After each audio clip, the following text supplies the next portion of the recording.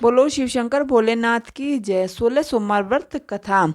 मृत्यु लोक में विवाह करने की इच्छा करके एक समय श्री भूतनाथ महादेव जी माता पार्वती के साथ पधारे। वहां वे भ्रमण करते करते विद्युत देशांगत अमरावती नाम के अति रमणीय नगरी पहुंचे। अमरावती नगरी में अमरपुरी के सदस्य प्रकार के सुखों से परिपूर्ण था। उसमें वहां के महाराज का बनाया हुआ अतीत रमणीय शिव जी का मंदिर बना हुआ था। उसमें भगवान शंकर माँ भगवती पार्वती के साथ निवास करने लगे। एक समय माता पार्वती प्राणपति को प्रसन्न देकर मनोविनोद करने की इच्छा से बोली, हे महाराज, आज तो हम तुम दोनों चौरस के लिए। शिवजी ने प्राण प्रिय की बात का मान लिया और चौरस खेलने लगे। उसी समय उस स्थान पर मंदिर के पुजारी ब्राह्मण मंदिर में पूजा करने को आए। माता जी ने ब्राह्मण से प्रश्न किया कि हे पुजारी जी, बताओ कि इस बाजी में दोनों में से किसकी जीत होगी। ब्राह्मण बिना विचारे ही शीघ्र बोल उठे कि महादेव जी की जीत होगी।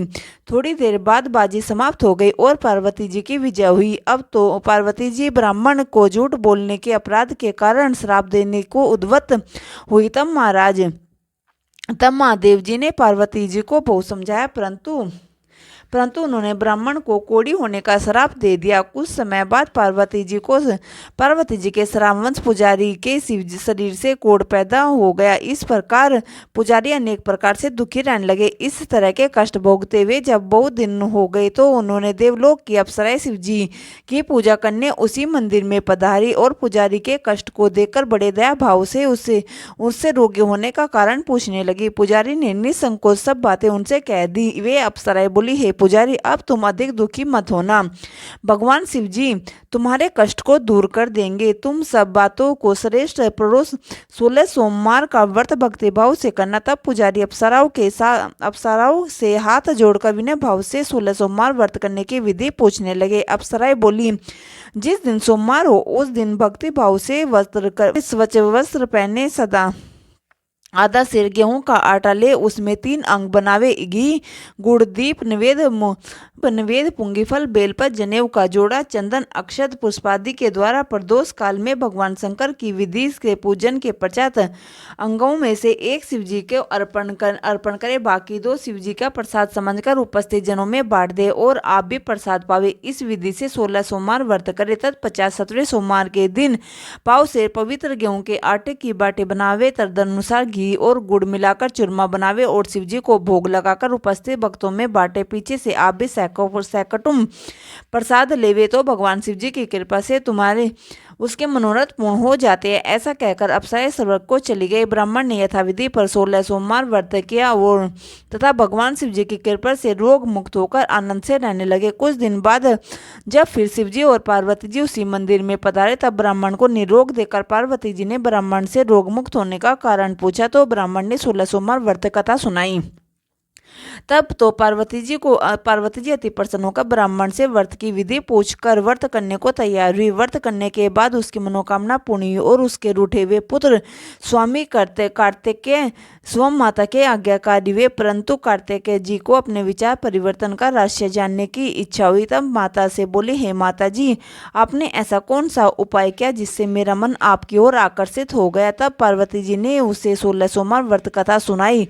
स्वामी कार्तिक जी बोले कि इस व्रत को मैं भी करूंगा, क्योंकि मेरा प्रिय मित्र ब्राह्मण दुखी दिल से प्रदेश गया है।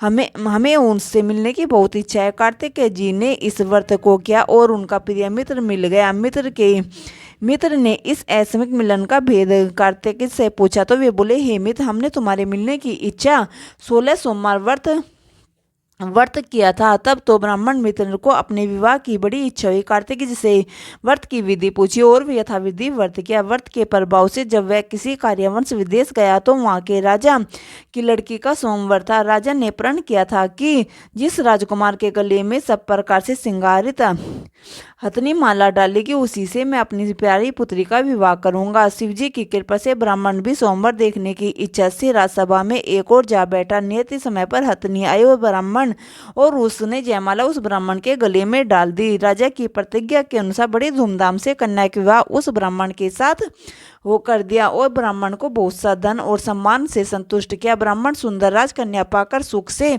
जीवन व्यतीत करने लगा। एक दिन राजकन्या ने अपने पति से प्रश्न किया, प्राणनाथ, आपने ऐसा कौन सा भारी पुण्य किया जिसके प्रभाव से हथिनी ने सब राजकुमारों को छोड़कर आपको वरण किया? ब्राह्मण बोला, हे प्राणप्रिय, मैंने अपने मित्र कार्तिकेय के कथा अनुसार 16 सोमवार का व्रत किया, जिसके प्रभाव से मुझे तुम जैसी स्वरूपवान लक्ष्मी की प्राप्ति हुई।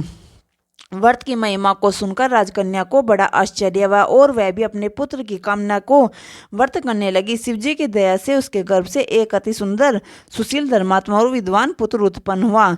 माता पिता दोनों देव पुत्र को पाकर अति प्रसन्न हुए और उसका लालन पालन भली प्रकार से करने लगे। जब पुत्र समझदार हुआ तो एक दिन अपनी माता से प्रश्न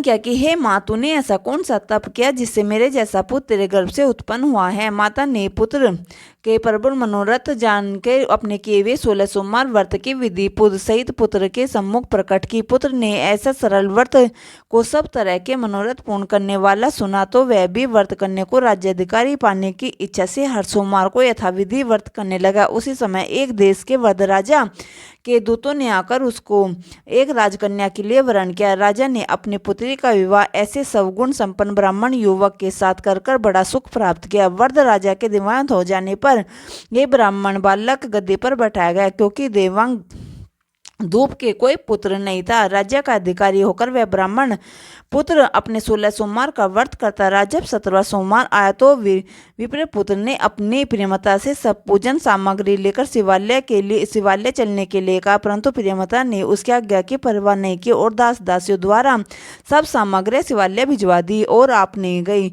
जब राजा ने शिवजी का पूजन समाप्त किया तब एक आकाशवाणी राजा के प्रति हुई। राजा ने सुना कि राजा, अपनी इस रानी को राजमहल से निकाल दे, नहीं तो तेरा सर्वनाश कर देगी। वाणी की सुनकर राजा को आश्चर्य का ठिकाना नहीं गया और तत्कालीन मंत्रालय में आकर अपने सभासदों को बुलाकर पूछने लगे कि हे मंत्रियों, मुझे आज शिवजी की वाणी हुई है कि राजा, तू अपनी इस रानी को निकाल दे, नहीं तो तेरा सर्वनाश कर देगी। मंत्री आदि सब बड़े विषम और दुख में डूब गए, क्योंकि जिस कन्या के साथ राज्य मिला है राजा उसकी निकालने का जाल रचता है, तो यह कैसा रहेगा। अंत में राजा ने उसे अपने यहाँ से निकाल दिया। रानी दुखी अध्यय भाग्य को कोसती हुई नगर के बाहर चली गई। बिना पर्दपान फटे वस्त्र पहने भूख से दुखी धीरे धीरे चलकर एक नगर में पहुंची। वहां एक बुढ़िया सूत काटकर बेचने को जाती थी। रानी की करुण दशा देखकर बोली कि चल तू मेरा सूत बिकवा दे, मैं वर्धों भाव नहीं जानती।